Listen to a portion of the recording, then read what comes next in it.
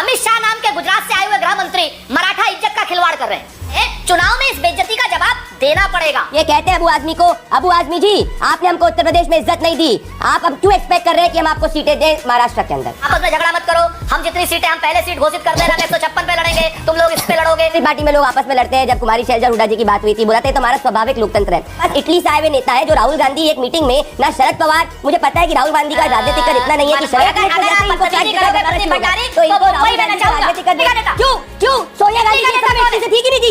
तुम्हारे मामा तुम्हारे चाचा तुम्हारे कुछ नहीं है। प्रदीप भंडारी की गांव से आई थी। अरे हाँ, मेरी माता जी हिंदुस्तान की है, वो इटली की कभी नागरिक नहीं थी। दोस्तों स्वागत है आपका, आप देख रहे हैं द भारत डिबेट। दोस्तों आज के डिबेट होने वाली है वाजपेयी, प्रदीप भंडारी और कांग्रेस के प्रवक्ता सुरेंद्र सिंह राजपूत के बीच में। दोस्तों महाराष्ट्र के चुनाव को लेकर बात हो रही थी, जिसमें कांग्रेस के प्रवक्ता सुरेंद्र सिंह राजपूत का कहना था कि गुजरात के लोग आज पूरा देश को नचा रहा है और जनता को उल्लू बना रहा है। उसके बाद वाजपेयी प्रदीप भंडारी जी ने कांग्रेस के प्रवक्ता की अच्छे से क्लास लगाई, बचा हुआ कसर मानव गुप्ता जी ने पूरा कर दिया। खैर दोस्तों डिबेट काफी मजेदार होने वाला है, आपसे अनुरोध है कि वीडियो को अंत तक जरूर देखिएगा। अगर आप लोगों ने अभी तक हमारे चैनल को सब्सक्राइब नहीं किया तो चैनल को सब्सक्राइब और वीडियो को लाइक जरूर से कीजिएगा। चलिए दोस्तों मेन वीडियो को स्टार्ट करते हैं।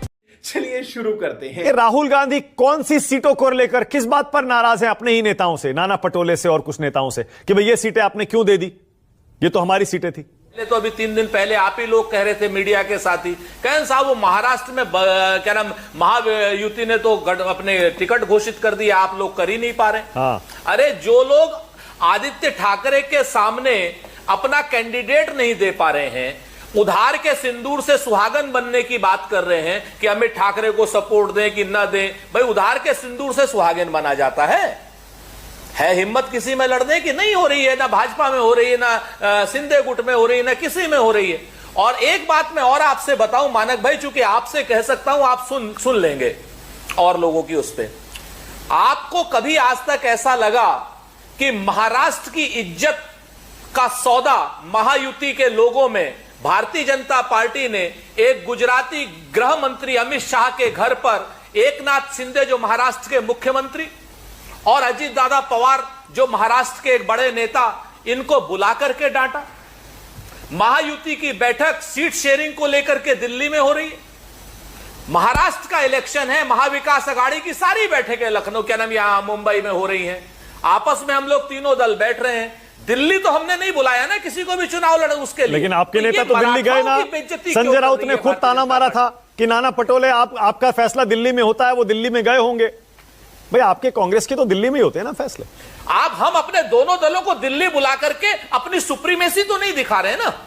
अमित शाह नाम के गुजरात से आए हुए गृह मंत्री मराठा इज्जत का खिलवाड़ कर रहे हैं, महाराष्ट्र की इज्जत से खेल रहे हैं। उनको दिल्ली बुला करके डांट रहे हैं अजीत दादा पवार को, दिल्ली बुला करके डांट रहे हैं एकनाथ शिंदे को जो महाराष्ट्र के मुख्यमंत्री हैं। ये गुजरात के लोग महाराष्ट्र की बेइज्जती जो कर रहे हैं, चुनाव में इस बेइज्जती का जवाब देना पड़ेगा। तो गेम बजाना पड़े। अबू आजमी के 25 सीटों के अल्टीमेटम से 5 और 25, वो कहता है 5 दे दो वरना 25 पर लड़ेंगे। आप कैसे निपटेंगे? मैं वही कह रहा हूं ना, ये छोटे दल जो हैं इनको आप अभी तक हैंडल करना सीख नहीं पा रहे। कभी आपको लगता है कि इनके बिना हमारी गाड़ी चल जाएगी। हरियाणा में आपने नहीं किया गठबंधन, नतीजा देखिए।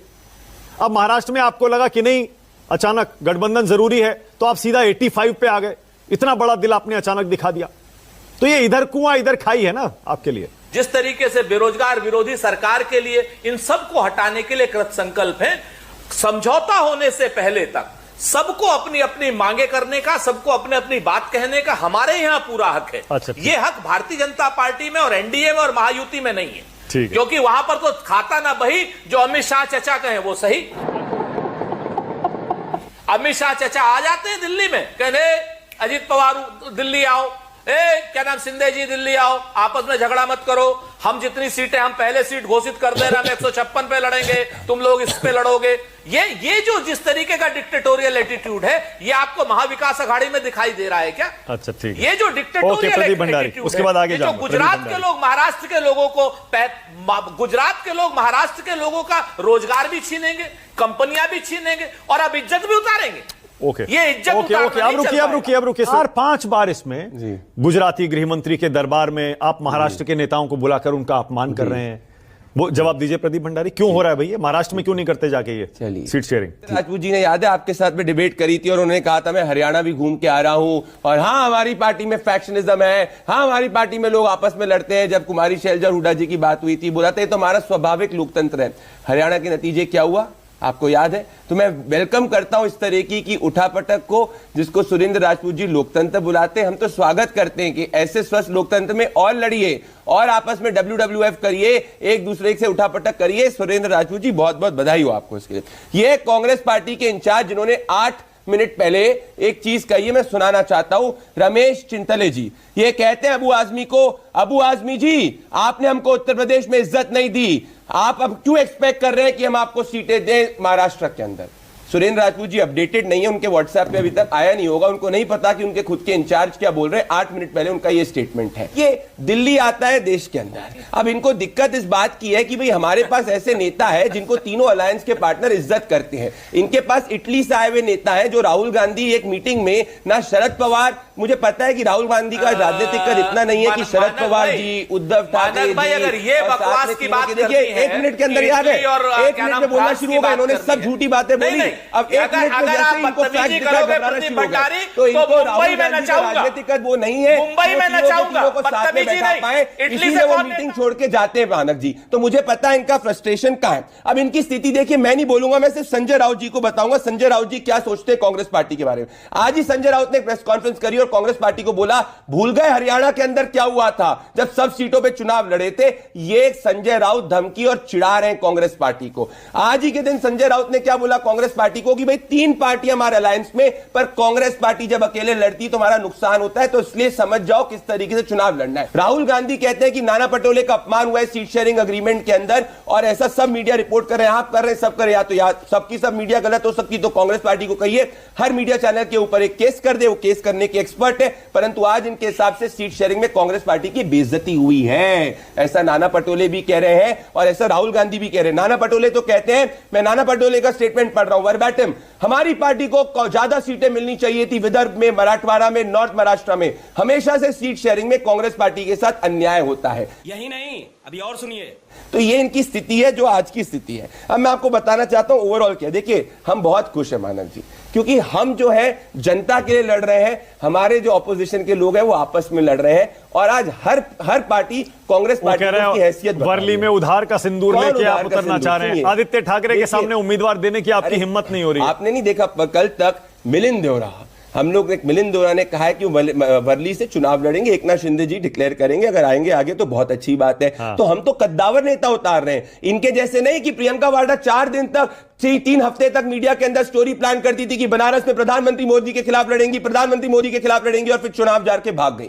तो इनके नेता भागते हैं। राहुल गांधी कैसे भाग गए थे वायनाड में, कैसे प्रियंका वाड्रा 35% माइनॉरिटी सीट से लड़ रही है। तो ये सब भागी हुई पार्टी है, और मैं समझ सकता हूं। आज मेरे से मत सुनिए, समाजवादी पार्टी ने इनका क्या हश्र किया उत्तर प्रदेश में, जहां 5 सीटों में 9 में से इनकी 1% से कम वोट शेयर था, 1 सीट नहीं दे पाए। हार की गारंटी कांग्रेस पार्टी को बता दिया। तो मैं तो बहुत खुश हूं कि ये करते रहे, चलते रहे, ऐसे ही खुश रहे।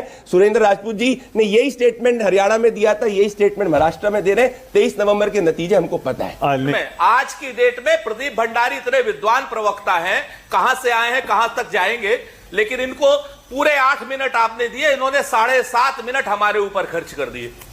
इसी से पता चलता है बौखलाए हुए हैं। हम चुनाव हरियाणा में हारे, हां हारे, लेकिन लोकतंत्र हमारा जिंदा था, जिंदा है और जिंदा रहेगा। अगर ये भाषाई मर्यादा नहीं रखेंगे तो एक चीज जान लीजिए कि फिर भाषाई मर्यादा तोड़नी हमें भी आती, और फिर आपके चैनल पर फिर क्या होता है वो भी आपको मालूम है, कहां से दबाव आता है और वो सारा का सारा सेक्शन काट दिया जाता है।